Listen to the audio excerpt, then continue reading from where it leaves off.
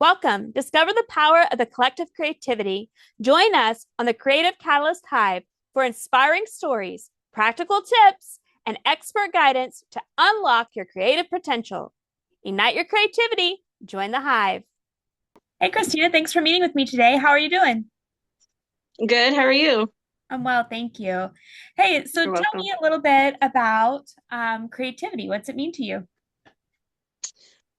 For me, creativity is like self-expression. It's what I fall back on when I feel like I need to express myself or when I want to express myself. Mhm. Cool. So, what is your favorite creative outlet anyway? My favorite creative outlet is crochet. Ah, so how Mhm. did you get into this passion of crochet? I got into it back in like middle school when I had a friend who knew how to crochet, kind of ish. And she taught me and my sister how to like make a chain and we would just make like little friendship bracelets with it. And then later on, when I got pregnant with my first child, I wanted to make his baby blanket. And so I had a friend, and then I also had his dad's aunt who taught me kind of how to do it and how to crochet and stuff. So I kind of learned a little bit from that, but then I mostly like taught myself how to crochet, Taught like for what I know yourself. now. Taught yourself Yes. how? So like back in the day when YouTube first started, Mhm. it was really bad, but they had some video tutorials on there and I learned from that way. I also learned from going to Walmart and getting like a crochet kit book that had like some hooks in it and like some yarn needles and stitch markers and a book that taught you like how to read patterns, like crochet the stitches, like everything. Neat, So neat. that's how I learned. No, that's awesome. So, what do you find rewarding about crocheting? For me, what's really rewarding is that it could be considered like a life skill in a way. Like you can create so many different things and it can come like very useful in like everyday life if you really want it to be. Hmm. Um, it also, I like seeing what I've made.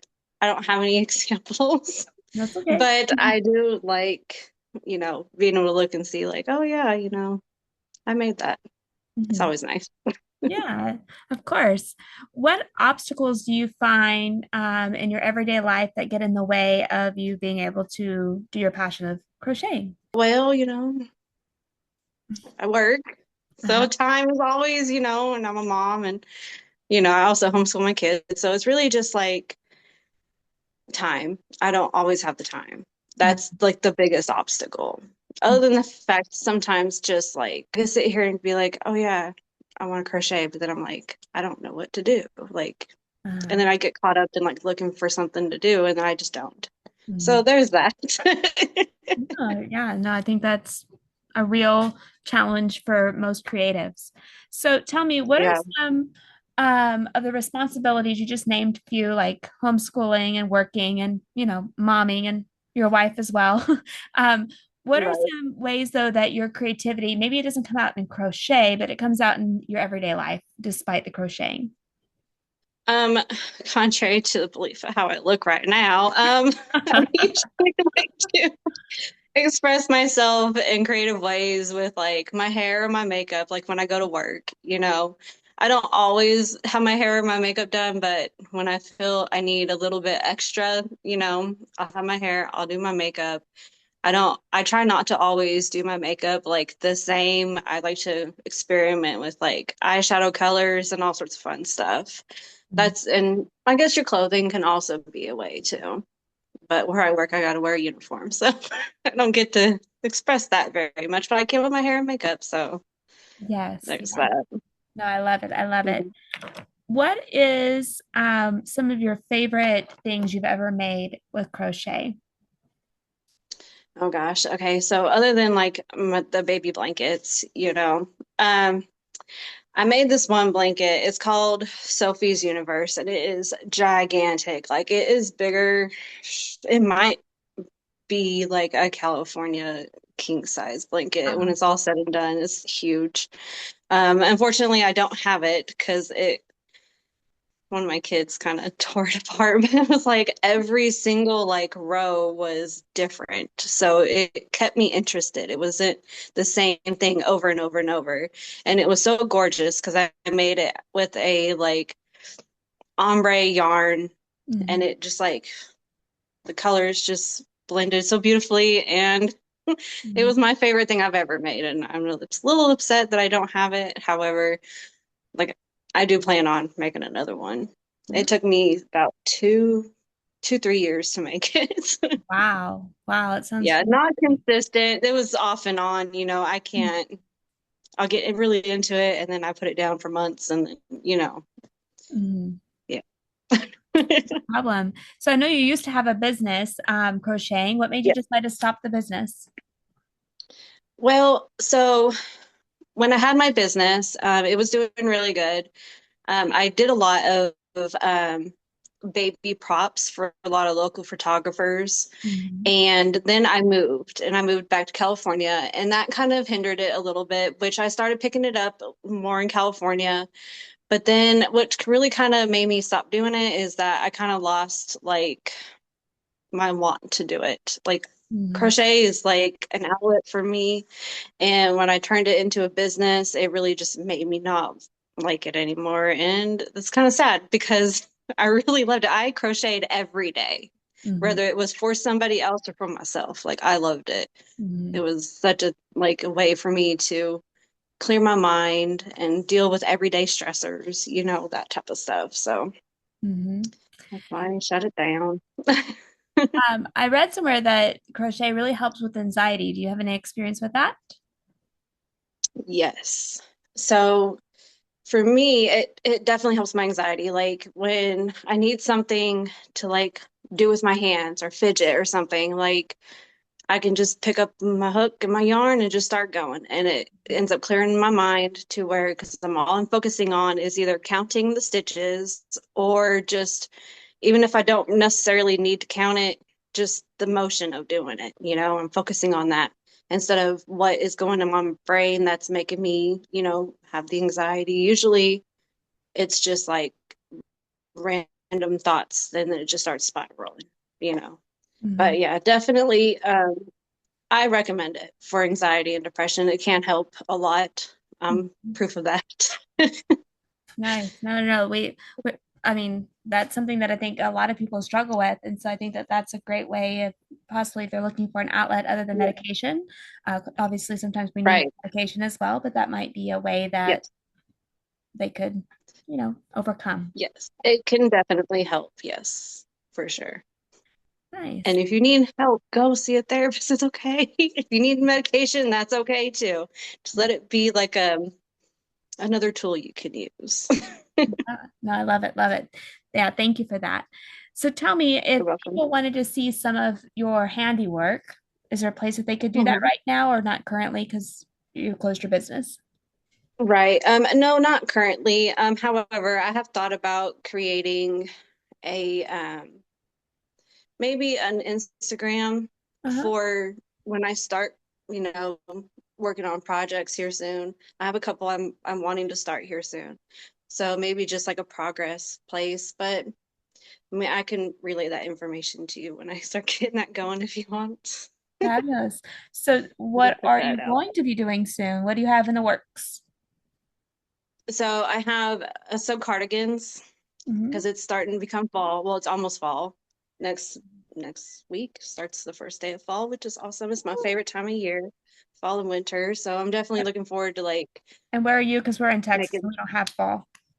Oh yeah, I'm in Arkansas, and luckily we get 4 seasons. I mean, we do, but then like it's really like 2 weeks of fall, 2 weeks of spring, like Mhm. 6 months of winter, 6 months of summer. So your cardigan Minus will come those in two handy. weeks. Right, exactly. I'm excited. If we wanted to start crocheting, what would you recommend a viewer to do if it's what they wanted to start doing? Um, okay, so I definitely recommend YouTube, 100%. There's so many more people on YouTube now who do free tutorials, who are way like way too experienced, Mhm. like than I am to teach people. And there's a lot of people who do left and right-handed because it's going to look different for, if you're right or left-handed. I also do recommend if you're wanting to do patterns, like read patterns and stuff, like to get you one of those little books. You can get them at Walmart, Joann's, Hobby Lobby, Michael's. Um, and you can just reference those for like the stitch abbreviations for when you're reading patterns, or even how to like read the pattern. Some of them will teach you how to do that. It's very easy once you kind of get the hang of it. But if you're a visual like learner, definitely YouTube for sure. What would you say is the hardest part about getting started crocheting? Like just wanting to dive in and just go ahead and start making stuff. And you can do that, but I definitely recommend at least learning the basics first and practice those basics before you try to start making, a hat, a blanket, a scarf, a cardigan, whatever, you Mhm. know, uh, because if you're not good, you got to practice like your tension as well, because if you don't have like the right tension, your work isn't going to be right. It's going to fall apart. It's going to be a whole thing. And that could be frustrating and hinder somebody from wanting to keep, moving on. Crochet is also not a grandma hobby anymore. Okay. So, Okay, that's important to know. there's right. Yes. There's so many like things now you can do with it. So I just definitely just like the hardest part is just focusing on just the very basics. Just go on YouTube, just search up like beginner crochet tutorial or something to that effect. There's a couple of people, and I can't think of them now right this second. Um, but they are very good at teaching um, very basic, like a chain, single crochet, like your tension, like how to gauge things, everything. Mhm. Um, so definitely just like focus in on just the very basics first, for sure. What are some popular crochet items right now you see either on YouTube, online, in your Oh, the Taylor Swift dress. Hello, y'all. Okay.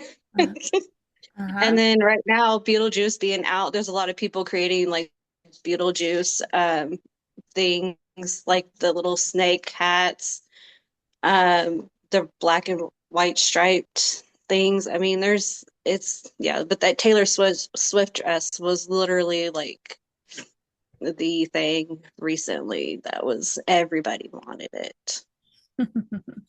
Nice. And yes.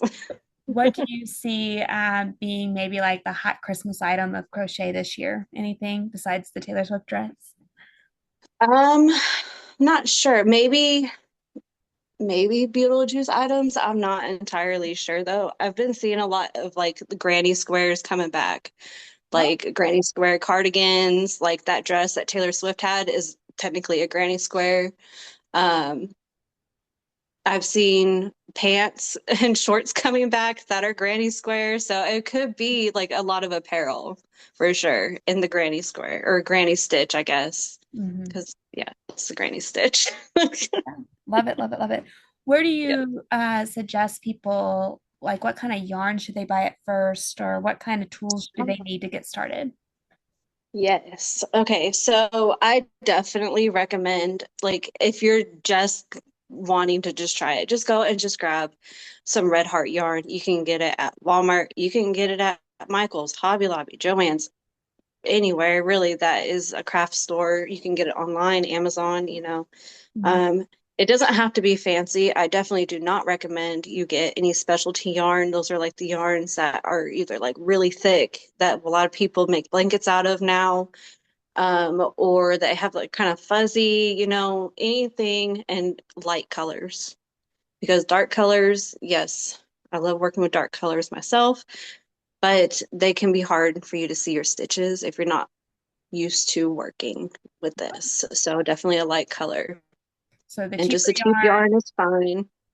And then with, like I said, like the little crochet kit that had the book and stuff with it. It has, you know, needle or not needles, hooks that you need Uh-huh. Uh-huh. Uh-huh. for, you know, to crochet. And so that's a perfect thing. And you can get it for like 12 to $20. And you can get like a thing of yarn for about $3 to $4, depending on where you're at. Mhm. And that's all you need. Or you can just even just go and get on the back of a yarn, it'll have like a gauge of like what size hook you need. All you gotta do is pick up your yarn, look on the back, see what size hook it says. Just go over there and get you what that size hook. That's all you need too. And just go on YouTube. That'll probably cost you maybe $5 to $10 depending on which hook you get and which yarn you get. So was the It very could be a very cheap. yeah. Yes. Was the very Yes. first thing you made your baby blanket or your son's baby blanket, or did you make something else first? So I never finished his blanket. Uh-oh. The first I know. The first thing I actually like finished, I think a hat for my husband, like a beanie. Hmm. And then I made a purse after that, and it was god awful and ugly, but like it was like it was hot pink and lime green, and it's striped. I striped it like it was ugly, but I loved it because I made it, and it was, you know, the second thing I ever made, and I was like, holy crap, this is pretty cool. Hmm. But yeah, the baby blanket didn't really, you know, I didn't get to finish that. And honestly, I don't know what happened. Yes. But you made one for But the other kids or no? I made my daughter's. Hers I did actually finish. I tried to make my other son's and I never could get his either. But I did make hers. I just did a granny square, just a big granny square, which her blanket was. Yeah. And then I made her mobile. She had like I made a mobile that had butterflies and I crocheted the Oh, butterflies. So yeah. cute, cute, cute. Well, I thoroughly enjoyed speaking with you today, Oh and I yeah. thank you for coming and giving us some tips for a non-granny crochet tutorial. Right, yes, it's for everybody, not just grandmas.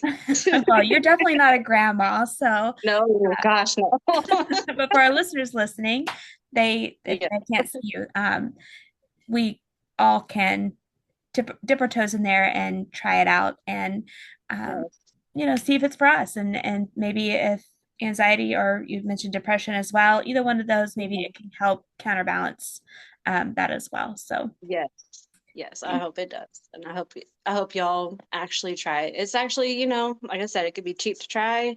It could be fun. mhm. I No, like it. I've seen some of your handiwork, and I know that you do an amazing Yeah, job. thank And so you. I hope you continue to enjoy it, and I can't wait to see your cardigan you make soon. Oh yeah, oh yeah. I will. I'll show you. Yes. If our listeners wanted to, I already asked you that question. They don't, you don't have any websites or anything yet. You might search Not yet. Instagram, and I if might. you Yes. do, we'll go back and add it to the show notes later. I Yeah. have you back on Sounds good. to share. Sounds good. All right. Well, thank you so, so, so much. Thank you. I'm glad to be here. Have a great night and tell your family hello. Thank you too. I will. Thank you. Bye bye. And bye. Join the Hive where ideas thrive, a buzzing hub of creativity alive. The Creative Catalyst Hive, your guiding light. Ignite your spark, take flight. Thanks for listening with your host, Creativity Coach Misty Hummel.